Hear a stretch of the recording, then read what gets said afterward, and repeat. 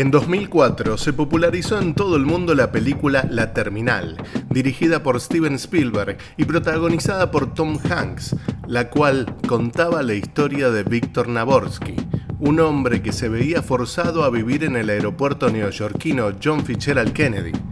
Por increíble que parezca, este film se basó en una historia de la vida real. In my experience, life here in the Charles de Gaulle Airport is not bad.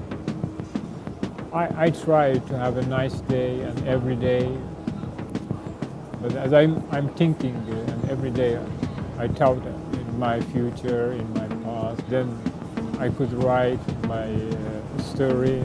Este es el caso de Mehram Karimi Nasseri, también conocido como Sir Alfred, un refugiado iraní que vivió en el aeropuerto de París, Charles de Gaulle, por casi 18 años, desde el 8 de agosto de 1988, por lo menos hasta julio de 2006. Pero ¿cómo fue que llegó a vivir en el aeropuerto? Antes de que Karimi terminara en el aeropuerto parisino, estuvo un tiempo en el Reino Unido, estudiando yugoslavo. Allí participó en las protestas en contra del mandatario iraní Mohammad Reza Pahlavi, cuyo gobierno represivo duró por casi 4 décadas, hasta 1979. Cuando retornó a su país natal en 1975, Karimi fue torturado y hecho prisionero por la policía secreta iraní. Luego fue expulsado del país. Por esta razón, en 1988 llegó al aeropuerto de París Charles de Gaulle, ubicado a 25 kilómetros de París, sin ningún tipo de documentos. You can live 11 years in such a situation, and I am unique in immigration case. Iba a Londres, pero me rechazaron la entrada porque no tenía pasaporte, contó. Al principio no fue nada fácil. Karimi tenía 75 años y pasó varios meses en prisión por no tener papeles. Cuando recobró su libertad, no podía ir a ningún lugar por la falta de documentos. Y fue así como, sin tener a dónde ir ni la posibilidad de regresar a Irán, se instaló en la Terminal 1 del aeropuerto francés. There's a man walking around the terminal in a bathrobe. I think it's CIA.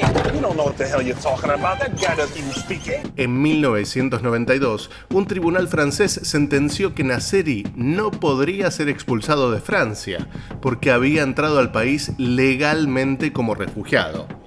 Con todo, el tribunal no podía forzar al Estado francés a dar a Nasseri condición de refugiado o permiso de tránsito, así que simplemente Nasseri permaneció en estado irregular dentro del edificio de la terminal del aeropuerto. Unos años después, en julio del 95, le concedieron el estatus de refugiado político en Bélgica, el cual nunca aceptó, porque no quería irse a vivir a ese país. Su verdadero deseo era mudarse al Reino Unido, pues había descubierto que su madre era de origen escocés. Vine de Bélgica, pero no pude volver allí. En Francia se negaron a expedir el nuevo estatus de refugiado político, entonces me quedé en tránsito, a veces en detención, a veces fuera de detención. Luego en el aeropuerto me liberaron. Tenía un billete de avión a Londres, pero me negaron la entrada. Ante su negativa, en 1999 Francia le ofreció un permiso de residencia temporal y un pasaporte de expatriado que le permitía abandonar el aeropuerto. Nuevamente, no quiso firmar los papeles. Entonces voy a Nueva York. Ajá. Puedes salir a Nueva York esta noche.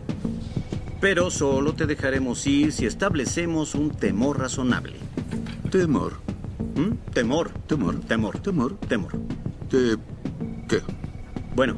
Varias personas que lo conocieron dijeron que el aeropuerto se volvió el lugar ideal para que Karimi se sumergiera en sus libros y para que redactara sus memorias, por lo que ya no se quería ir de allí.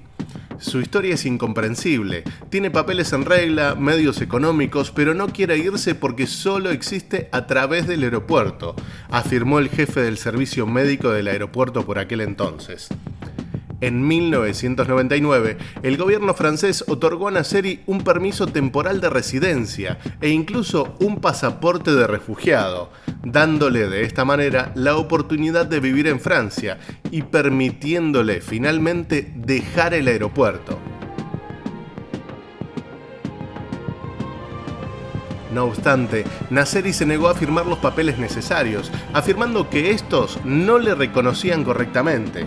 Su negación a firmar los papeles fue tal vez por culpa de su débil estado psicológico, pues había empezado a afirmar que no era iraní y que no era capaz de hablar persa, y también había empezado a llamarse a sí mismo Sir Alfred. En algún momento había recibido una carta de las autoridades británicas que comenzaba con ese mismo modo, Sir Alfred, y desde ese momento Nasseri afirmó que ese era su nombre oficial. En 2003, la productora de Steven Spielberg, DreamWorks, pagó $250.000 a Nasseri por los derechos de su historia, pero finalmente no la utilizó en la película posterior La Terminal.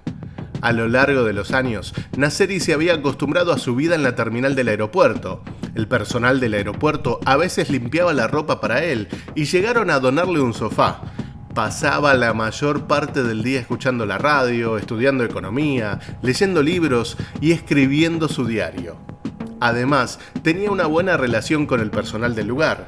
Es una compañía muy agradable. Se nota que procede de una buena familia. Se ganó la simpatía de todas las autoridades del aeropuerto y lo dejan vivir aquí, relataba personal de la farmacia del aeropuerto.